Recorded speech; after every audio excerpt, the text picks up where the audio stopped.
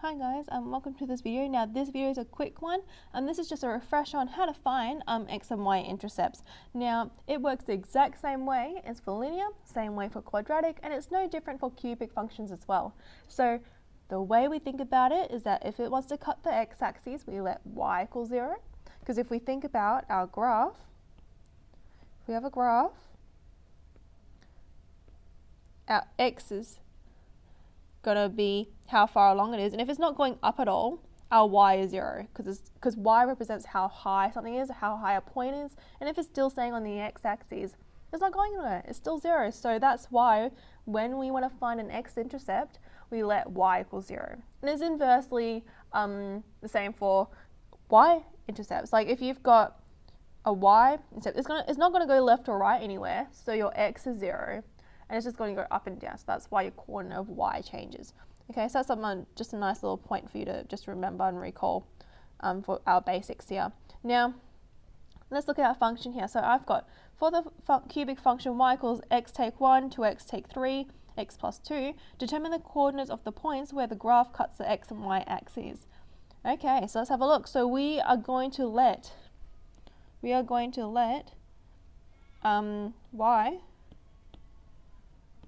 equals 0 for our x-intercept, or where it cuts the x-axis. So in my function, I'm going to let y equal 0, and I'm going to figure out what my values of x are going to be. Now remember, for a cubic function, we saw up earlier in a previous video that we can have several different points to cut the x-axis. You could have 1, you can have 2, or you can have 3.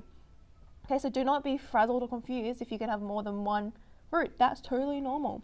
So I'm going to go 0 is equal to x take 1 to x take 3, x plus 2. Now, according to the null factor law, you might have heard about the null factor law before, but it's the idea that any numbers multiplied together, one of those numbers have to equal 0 for it to happen. So for this special equation here where we want it to equal 0, one of those values of x's, or one of those sets of brackets, have to equal 0.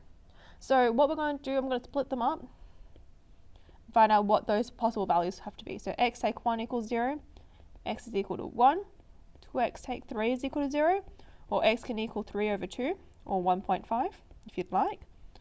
X plus 2 equals 0, or x equals negative 2.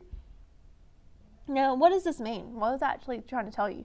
It's trying to tell you that at 1, 1.5, or negative 2, that is where y equals 0. So these are my roots. These are the points on the graph where y equals 0, where it must be an x-intercept. Okay, so that's my first step. Now my second step, I need to find out my intercepts for when x equals 0, because I want to find those y-intercepts. So let's let x equal 0 to find the y-intercept.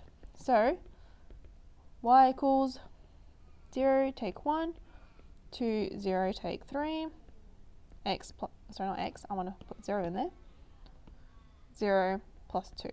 Now, let's just figure out what that actually means. So now 2 times 0 is 0. 0 take 3 is negative 3.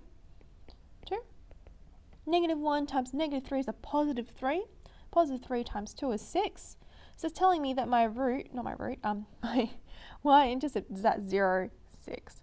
Okay, so therefore my roots, or my x-intercepts, are 1, 0, 1.5, 0, negative 2, 0, and then my y-intercept is at 0, 6.